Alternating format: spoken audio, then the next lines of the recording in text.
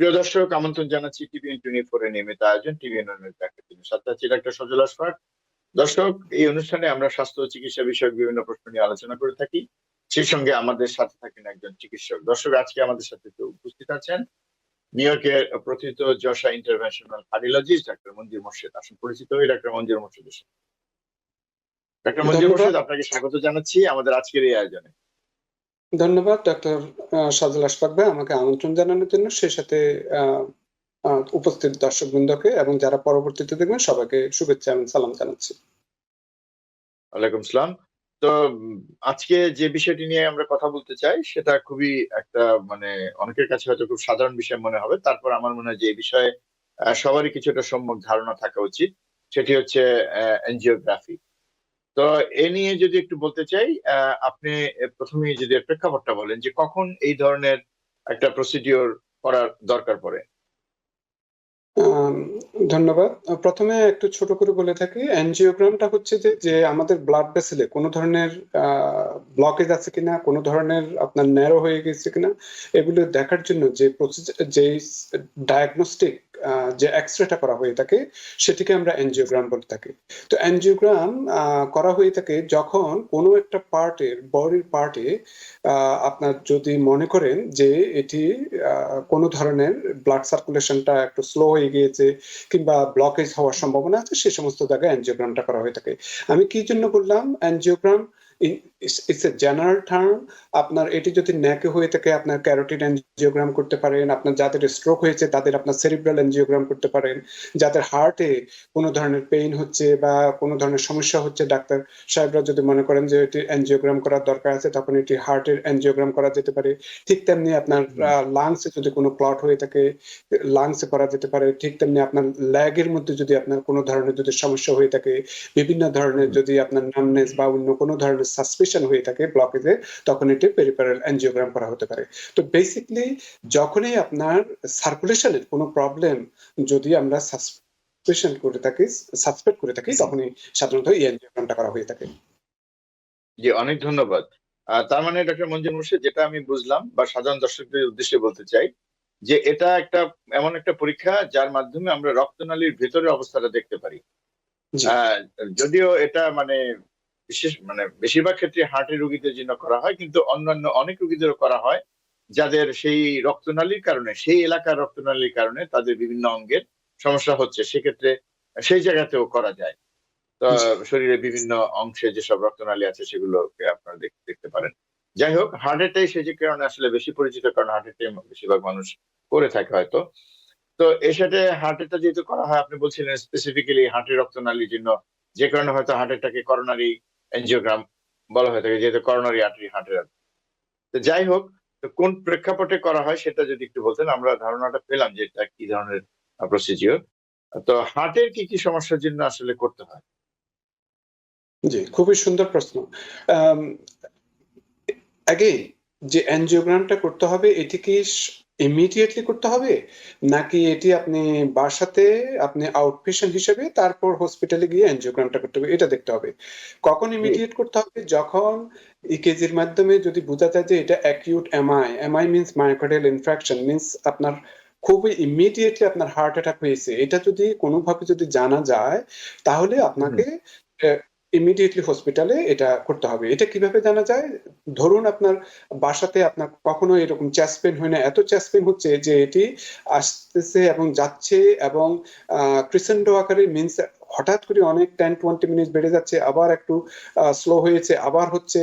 আপনার অন্যান্য সিমটম হচ্ছে যেমন চেস্ট পেইন বলেন, শর্টনেস অফ ব্রেথ বলেন, কোল্ড সোয়েট বলেন, এগুলি। হ্যাঁ, তো যখন আপনি এরকম অবস্থায় যখন আপনি অ্যাম্বুলেন্স কল করবেন, অ্যাম্বুলেন্সের প্রোভাইডাররা যদি আপনার ইকেজিতে দেখে যে আপনার এসটি এলিভেটেড এমআই হয়েছে, কিংবা যদি ওনারা সাসপেক্ট করে যে নন এসটি এলিভেটেড এমআই, যেটাই হোক, তখন ওরা আপনার হসপিটালে ইমিডিয়েটলি ক্যাথ ল্যাবকে অ্যাক্টিভেট করার জন্য অনুরোধ করে থাকেন, এবং যার ফলে এটা ইমিডিয়েটলি অ্যানজিওগ্রামটা করা হয়ে থাকে। আরেকটা জায়গাতে অ্যানজিওগ্রামটা করা হয়ে থাকে যখন আপনি আপনার কার্ডিওলজিস্টের কাছে গেলেন, যখন প্রাইমারি কেয়ার ডাক্তাররা কার্ডিওলজিস্ট এর কাছে আপনাকে রেফার করলো, কারণ আপনি বিভিন্ন ধরনের হার্টের সমস্যার কথা বললেন। তখন ওনারা বিভিন্ন টেস্ট করিয়ে থাকেন এবং সর্বশেষ টেস্ট যেটা হয়তো এটা হতে পারে নিউক্লিয়ার স্ট্রেস টেস্ট, কিংবা ট্রেডমিল স্ট্রেস টেস্ট, কিংবা আপনার সিটি কার্ডিয়াক সিটি যদি করা হয়ে থাকে, এবং সেখানে যদি আপনার ব্লকেজ যদি ধরা পড়ে, মিন্স আপনার যদি দেখা যায় যে সাসপিশন আছে যে ব্লকেজ হওয়ার, তখন আপনাকে একটা ডেট দিল যে অমুক তারিখে আপনি এনজিওগ্রাম করার জন্য আসেন। তখন এই এই প্রসিজারটা করা হয়ে থাকে এবং সাথে সাথে হয়তো পসিবল এনজিওপ্লাস্টি করা হতে পারে। তো এটা ডিপেন্ড করে আপনার সিমটমের উপর ডিপেন্ড করে এটা অ্যাকিউট কিনা কিংবা আপনার ইলেকটিভ কেস কিনা, ডিপেন্ড করে আপনি পেশেন্ট কতটুকু স্টেবল কতটুকু আনস্টেবল বলতে বোঝাচ্ছি যে আমি সিমটম গুলোর কথা বলছি, যখন অ্যাম্বুলেন্স ডাকবেন সেই সমস্ত কিছু আপনার লস অফ কনসিয়াসনেস হচ্ছে কিনা, আপনার ব্লাড প্রেশার কমে যাচ্ছে কিনা, এগুলো আনস্টেবল সাইন। অসম্ভব ব্যথা করতেছে, এগুলো আনস্টেবল সাইন। কিন্তু স্টেবল সাইন হচ্ছে যে হ্যাঁ আপনি যদি এমনি হাঁটাহাঁটি করেন খুবই হালকাভাবে কোনো অসুবিধা নেই, কিন্তু যেই মাত্র আপনি কোনো একটা ভারী কাজ করলেন, হয়তো স্নো শাবল করলেন কিংবা কোনো একটা হয়তো একটু এক্সারসাইজ করলেন, তখন যদি আপনার যদি চেস্ট পেইনটা বেড়ে যায়, তখন এটি হচ্ছে যে বোঝা যাবে যে এটি আনস্টেবল এনজাইনা।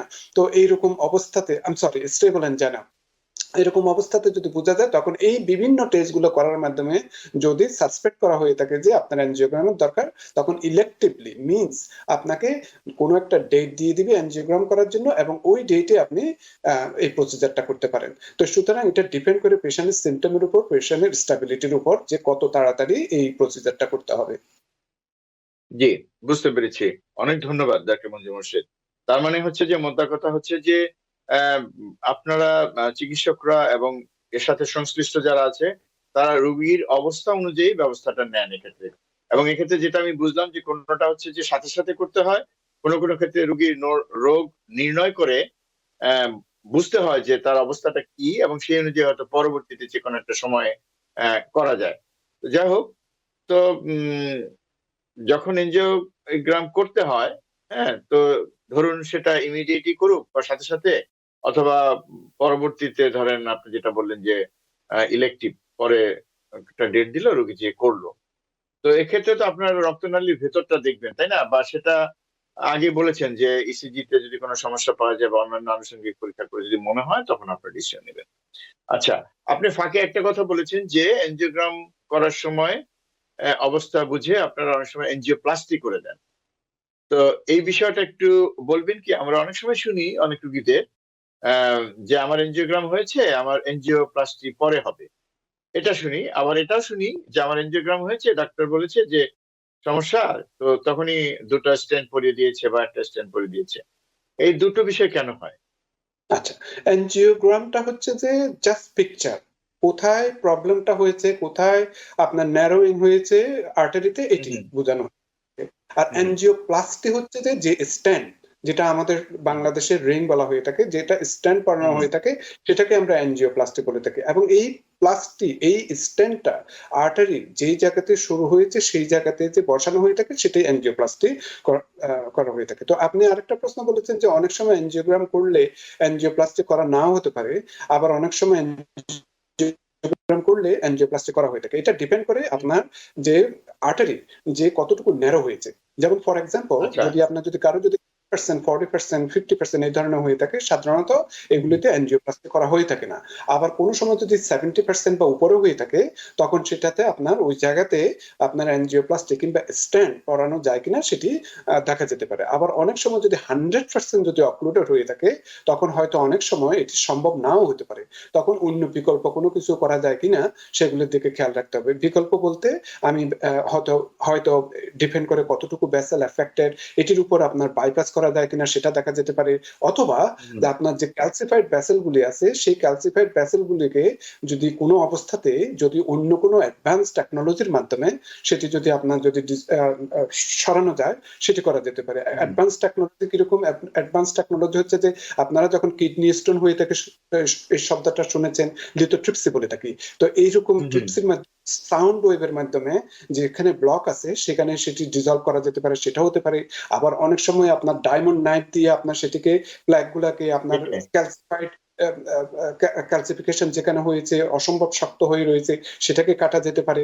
এটা আবার অনেক সময় ড্রাগ লুটিং স্ট্যান্ড দেওয়া যেতে পারে। এগেইন ড্রাগ লুটিং স্ট্যান্ড দিতে হলে আপনাকে সেই জায়গাতে আপনার যাতে শুরু যে আমরা যে ক্যাথেটারটা ব্যবহার করে থাকি সেই রকম একটা জায়গা থাকতে হবে। মিনস আপনাকে 100% ব্লকেজ থেকে আপনাকে কমিয়ে আনতে হবে, যাতে কোনো অবস্থাতে যাতে ওইখানে জায়গাটা করা যেতে পারে, যাতে ইনসার্ট করা যেতে পারে। তো এই ধরনের বিভিন্ন অনেক কিছু দিয়ে তারপর আপনার মডার্ন টেকনোলজিতে আপনার এগুলি অনেক অ্যাডভান্স টেকনোলজির মাধ্যমে এগুলো করা যেতে পারে। জি জি, অনেক ধন্যবাদ ডক্টর মঞ্জু মোর্শেদ।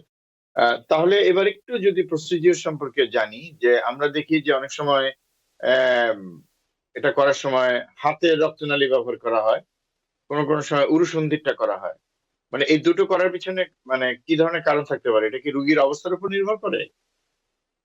আচ্ছা, এটি সাধারণত যখনই রিস্টে করা হয়ে থাকে এটি খুবই ফাস্ট প্রসিজার। কারো যদি আপনার খুবই ইমিডিয়েটলি যদি আপনার এনজিওগ্রাম করার প্রয়োজন হয়ে থাকে কিংবা স্টেন্ট পরানোর প্রয়োজন হয়ে থাকে, যদি মনে করা যায় যে প্রোভাইডার যদি মনে করেন যে হ্যাঁ আমি exactly know where should I insert this catheter, মানে কোন জায়গাতে আপনার ক্যাথেটারটা দিতে হবে বা স্ট্যান্ড করাতে হবে সেটা যদি জানা যায় তাহলে আপনার রিস্টের মাধ্যমে দিতে পারে। অনেকের রিস্ট আবার কিন্তু বিশেষ করে মহিলাদের বা খুবই লো বডি মাস ইন্ডেক্সের মহিলাদের যদি অসম্ভব সরু যদি আপনার হয়ে থাকে কিংবা আপনার যদি অ্যাকিউট এমআই হয়ে থাকে, অনেক সময় আপনার গ্রোইনের মাধ্যমে করা যেতে পারে। গ্রোইন দিয়ে যদি করা হয়ে থাকে, গ্রোইনের আর্টারিটা খুবই আপনার বড় ধরনের, ভেইনটা বড় ধরনের, যার ফলে অনেক স্পেস থাকে। যদি কোনো না কোনো কারণে যদি কোনো কমপ্লিকেশন হয়ে থাকে কিংবা যদি মাল্টিপল স্টেন্ট পরানো হয়ে থাকে, একটু ম্যানিপুলেট করতে পারে, কিন্তু সময়টা একটু বেশি লাগে রিস্ট থেকে। রিস্টটা খুবই তাড়াতাড়ি। আর তাছাড়া এরপরে আমাদের আরেকটা জিনিস খেয়াল করতে হয় যে রিস্ট বা গ্রোইনের পরে কোনো ধরনের ব্লিডিং হচ্ছে কিনা, ব্লিডিং কমপ্লিকেশন হচ্ছে কিনা। এই ব্লিডিং কমপ্লিকেশনটা কিন্তু রিস্টে অনেক কম। তো তার মানে হচ্ছে যে পেশেন্ট রিকভারিটা বেশ ভালো হয়ে থাকে, পেশেন্টের মুভমেন্ট নড়াচড়াটা খুবই তাড়াতাড়ি করতে পারে আপনার রিস্টের মাধ্যমে কম্পেয়ার টু আপনার গ্রোইনের মাধ্যমে। কিন্তু যাদের অ্যাকিউট এমআই হয়েছে এক্স্যাক্টলি জানি না কিরকম কমপ্লিকেশন হতে পারে, কিংবা ওবিস পেশেন্ট এই ধরনের যদি হয়ে থাকে, তাহলে অনেক সময় পেশেন্টেরা রিস্ক নিতে চান না যে গ্রোইনের মাধ্যমে করলে উনার অ্যাম্পল আপনার সময় থাকে বা আপনার প্রসিজারটা আপনি যেইভাবে উনি ম্যানিপুলেট করতে চান ওইভাবে করতে পারেন। তো ডিপেন্ড করে প্রোভাইডারের উপর। আচ্ছা। তার মানে তো আসলে উরুসন্ধি তো আমরা একসময় জানতাম শুরুর দিকে করা হতো। মানে ওটাই কি বলা যায় যে যদি হাতে সময় থাকে, যদি মনে করি যে না মানে হাতের যে রক্তনালী আছে সেটি দিয়ে করতে গিয়ে সমস্যা হলেও হতে পারে বা সরু, সেক্ষেত্রে উরুসন্ধি দিয়ে করাই কি ভালো? বিষয়টা কি এরকম? পুরুষদের অ্যাগেইন এটি একটু সময় নেয়। তারপর যদিও অনেক ভালোভাবে গুলো ইনসার্ট করা যেতে পারে, একটু সময় নেয়, কিন্তু অনেক সময় ফাস্টের জন্য বা যদি অ্যাকিউট আপনার মানে একই ডিপেন্ড করে। না কিন্তু মানে একজন মানে কার্ডিওলজিস্ট যিনি করেন, মানে তার কাছে কি বা এটা কোনো স্বীকৃত কোনো বিষয় আছে কিনা যে কোনটা বেশি সহজ বা কোন পদ্ধতি কোন দিক দিয়ে করা ইজি বা কঠিন, এরকম কোনো বিষয় আছে কি? হ্যাঁ, নাকি দুটোই একই রকম? ইজি হচ্ছে যে রিস্টের মাধ্যমে করা এবং এটি সহজে ক্যাথেটার নেওয়া যেতে পারে এবং দ্রুত। হ্যাঁ, কিন্তু যদি আপনি অনেক ক্যাথেটার যদি মুভমেন্ট করতে চান, যদি পেশেন্ট খুব যদি আনস্টেবল হয়ে থাকে, তখন এটা গ্রোইনের মাধ্যমে করা যেতে পারে। আচ্ছা, বুঝতে পেরেছি। দর্শক নিশ্চয়ই আপনারা বুঝতে পেরেছেন, অনেকেই এই ধরনের প্রশ্ন করেন, কেন আমারটা হাতে করলো, কেন ওনারটা ইয়ে তলপেটের নিচ দিয়ে করলো। কাজে বুঝতেই পারছেন এটা চিকিৎসক নির্ধারণ করেন আসলে কোন ক্ষেত্রে এটি করতে হয়। তো যাই হোক, এ নিয়ে কিন্তু অনেক সবারই স্বাভাবিকভাবে এটা একটা প্রসিডিওর, এটা নিয়ে কিন্তু এক ধরনের ভয়ভীতি থাকে, এটা খুবই স্বাভাবিক। বিশেষ করে এ নিয়ে কিন্তু এখনো প্রচুর এনজিওগ্রাম হয় প্রতিদিন।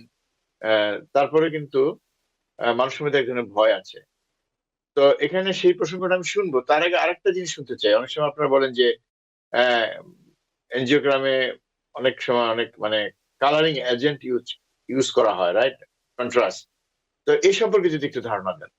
জি, দেখেন যে কোনো পিকচার আপনি যদি সিটি উইথ কন্ট্রাস্ট বিভিন্ন ধরনের আমরা যে সিটি স্ক্যান করে থাকি, যেটাকে ক্যাট স্ক্যান বলে থাকি, তো এই স্ক্যান গুলো যদি আপনি কন্ট্রাস্ট দিয়ে করেন তাহলে আপনি সুন্দরভাবে জিনিসটা দেখা যায়। তো এখানেও আমরা কন্ট্রাস্ট ব্যবহার করে থাকি। দেখা হয় যে যে এই রংটা, ডাইটা, কন্ট্রাস্টটা আপনার ওই ভেসেলের কোন জায়গাতে আপনার সুন্দরভাবে চলাচল করতে পারছে কি না। তো এর মাধ্যমে বোঝা যায় যে কত পার্সেন্ট এটি আপনার ব্লকেজ হয়েছে। তো এই কন্ট্রাস্টটা কিন্তু আবার এটি দেখা হয় আপনার শুধুমাত্র শুরুতে সেটার জন্য না, এছাড়াও আপনার আর্টারি এওয়াটা কেমন, যেটি বড় আর্টারি, যেটি হার্ট থেকে শরীরের বিভিন্ন অংশে রক্ত চলাচল করার জন্য গিয়েছেন, সেটা সেটা দেখা হয়ে থাকে। তারপর হার্টের কন্ট্রাক্টিলিটি কেমন, যেমন উনার হার্টের কন্ট্রাক্টিলিটি 55% এর উপরে কিনা, কিংবা হার্ট ফেলিওর হচ্ছে কিনা, সেটি দেখা হয়ে থাকে। তো এই কারণের জন্য এই ডাইগুলা দেখা হয়ে থাকে। তবে যাদের কিডনি ডিজিজ আছে তাদের ক্ষেত্রে আমি বলবো যে প্রোভাইডারকে আপনারা বলবেন যে আপনার কোনো কিডনি প্রবলেম আছে কিনা। যদিও অনেক সময় আমরা তার আগে রক্ত পরীক্ষা করে থাকি, কিন্তু অ্যাকিউট এমআর সময় অনেক সময় আমরা এত দেরি করি না যে রক্তের রেজাল্ট কখন আসবে কি আসবে না। তো এই সমস্ত ক্ষেত্রে যদি পেশেন্ট প্রোভাইডারকে যদি বলে থাকেন যে আপনার কিডনি ডিজিজ আছে, তাহলে প্রোভাইডার কার্ডিওলজিস্ট খুবই সতর্ক থাকবেন যে ডাইগুলি যত মিনিমালি দেওয়া যেতে পারে। হ্যাঁ, এটি একটা জন্য, কেননা এই ডাইটা কিন্তু আবার পরবর্তীতে আপনার শরীর থেকে এটি কিডনির মাধ্যমে ফিল্টার হতে হবে, না হলে অনেক সময় অ্যাকিউট কিডনি ইনজুরি হওয়ার সম্ভাবনা থাকে। তো এই জন্য ডিউরিং প্রসিজারের সময় অনেক আইভি ফ্লুইড দেওয়া হয়ে থাকে, এবং আফটারের প্রসিজারের পরেও আইভি ফ্লুইড দেওয়া হয়ে থাকে। মেইন কারণ হচ্ছে যে যাতে আপনি অনেক প্রস্রাব করতে পারেন, এই আইভি প্রস্রাবের মাধ্যমে যাতে এই ডাইটা চলে যেতে পারে, যাতে কিডনির উপর কোনো প্রভাব না পড়ে থাকে। তো সেই জন্য এটি একটু খেয়াল রাখতে হয়। তো অনেক সময় অ্যাকিউট এমআর সময় যখন যে কালপ্রিট ভেসেলটা সবচেয়ে বেশি, যে ভেসেলটার জন্য আপনার চেস্ট পেইন হচ্ছে, যে ভেসেলটার জন্য আপনার সমস্যার সৃষ্টি করেছে, শুধুমাত্র সেই ভেসেলটাকে আপনার টার্গেট করে শুধুমাত্র সেই ভেসেলটাই আপনার তখন স্ট্যান্ড করানো হয়ে থাকে। আর বাকি যদি এরপরে যদি আরো দুই একটা ভেসেল যদি আপনার থেকে থাকে স্ট্যান্ড করানোর মতো, সেগুলো অনেক সময় প্রোভাইডাররা ডিপেন্ড করে এটি হয়তো ইলেকটিভলি ওই প্রসিজার গুলা করে থাকেন। কারণ অতিরিক্ত যদি ডাই দেওয়া হয়ে থাকে, তখন আপনার কিডনি যদি ইনজুরি হয়ে থাকে, তখন হয়তো আপনার ক্ষতি হতে পারে। তো এই সমস্ত কিছু অনেক কিছু বিবেচনা করতে হয়। আচ্ছা, আচ্ছা, বুঝতে পেরেছি। তার মানে হচ্ছে ডাই দেওয়ার ব্যাপারে অনেক রকম বিষয় আছে যেগুলো আপনারা আসলে বিবেচনা করেন। তো আরেকটা জি। প্রশ্ন করি, ওই আমি যে প্রশ্নটা করেছিলাম তার আগে, সেটা এই মুহূর্তে মনে হলো। সেটা হচ্ছে যে সিটি এনজিওগ্রামের কথা আমরা শুনি।